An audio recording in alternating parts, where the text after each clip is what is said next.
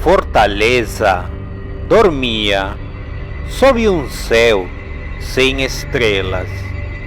As nuvens pesadas sufocavam a cidade como um calor opressor, e o vento úmido sibilava entre os becos do centro histórico.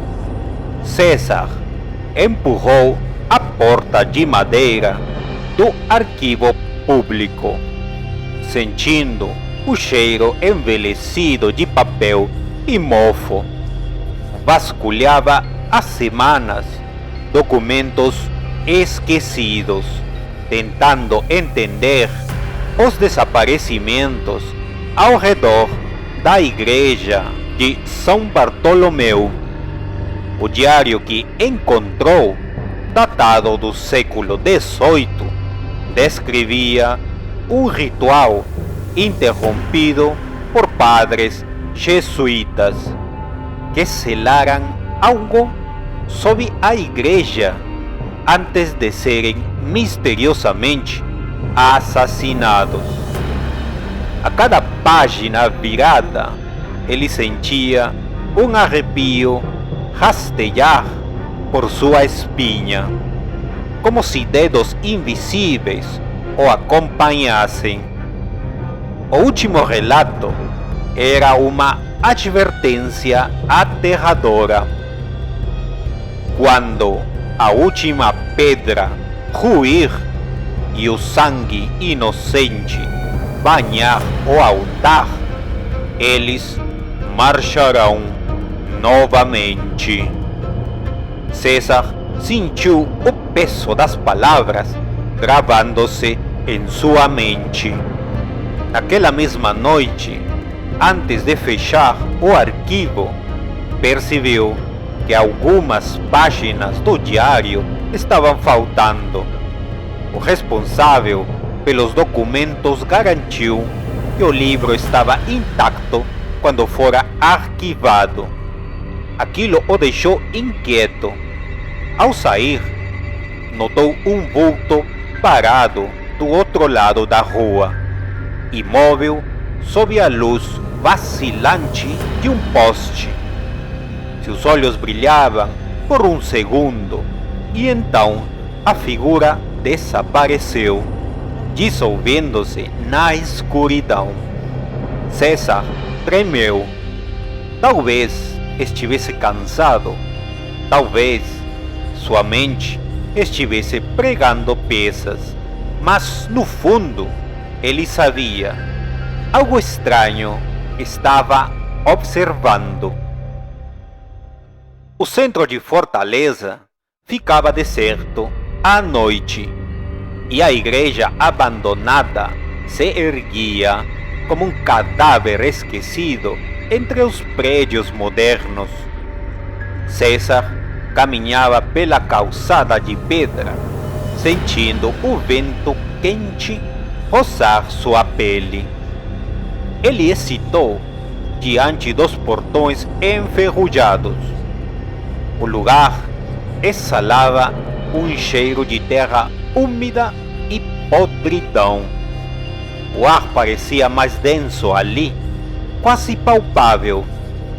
Empurrou os portões e entrou. O piso rangia sob seus passos. Pedaços do teto haviam caído, revelando trechos do céu enegrecido. Ele se aproximou do altar em ruínas, sentindo um peso esmagador no peito. Um ruído distante, como uma prece sussurrada, ecoava pelos corredores vazios. Então, algo se moveu. Nas sombras, perto do altar, um vulto emergiu, alto, encurvado. Suas asas negras estavam chamuscadas, como se tivessem sido queimadas há séculos. Seu rosto era um borrão de trevas e olhos incandescentes. O anjo caído estava ali. César tentou se afastar, mas seu corpo paralisou. A criatura inclinou-se para ele, sua presença esmagando o ar ao redor. Então, a voz surgiu, não pelo eco da igreja, mas dentro da própria mente de César, reverberando como um trovão silencioso. Você nos encontrou, e agora é tarde demais. César caiu de joelhos, sentindo sua garganta fechar. O mundo ao redor girava, a visão escurecia. Mas, por um instante, uma imagem surgiu em sua mente. Uma câmara subterrânea sob o altar. Ossos espalhados no chão e inscrições em latim entalhadas nas paredes de pedra. Ele entendeu. Os jesuítas não só selaram algo ali. Eles sacrificaram vidas para mantê-lo enterrado. Os murmúrios se intensificaram, tornando-se gemidos de dor e fúria. O chão da igreja tremeu. Rachaduras se abriam. César conseguiu se erguer e correu, tropeçando pelos escombros. Quando olhou para trás, o anjo caído havia desaparecido. Ele saiu ofegante, as mãos tremendo. Precisava descobrir onde estava a câmara. No dia seguinte, visitou a Biblioteca Nacional do Ceará, vasculhando registros antigos.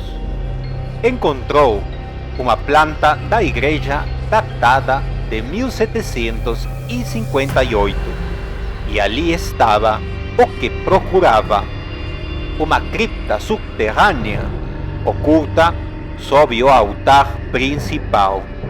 Mas havia um detalhe que o gelou até os ossos. O mapa mostrava um selo de advertência sobre a entrada da cripta, com uma única palavra em latim: exílio. Aquilo não era um túmulo, era uma prisão. A tempestade rugia naquela noite quando César retornou à igreja. A porta estava entreaberta, como se o próprio lugar o aguardasse. Cada passo dentro da nave fazia ecoar o silêncio sepulcral. O altar em ruínas escondia um alçapão de pedra, e ele conseguiu abrir com um pé de cabra. O cheiro de terra e decomposição subiu como um sopro de morte. Desceu a escadaria de pedra, sua lanterna tremendo na mão. O chão estava coberto de símbolos riscados no barro, ossadas quebradas e marcas de garras nas paredes.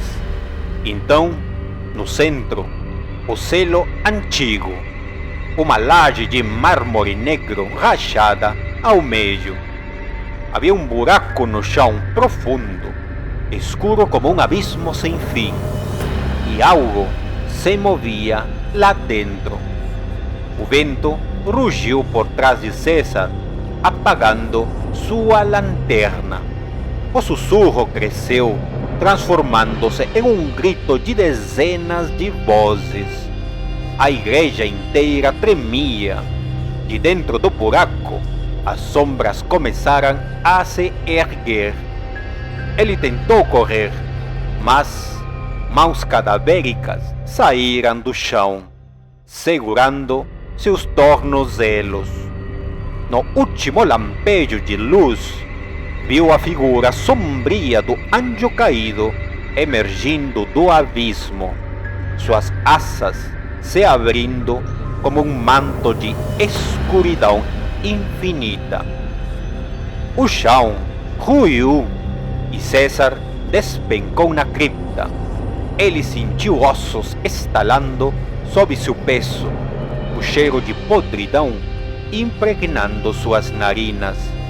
Ao redor, sombras rastejavam, tomando forma. O anjo caído pairava sobre ele, sua voz reverberando em sua mente. Séculos de silêncio, séculos de fome.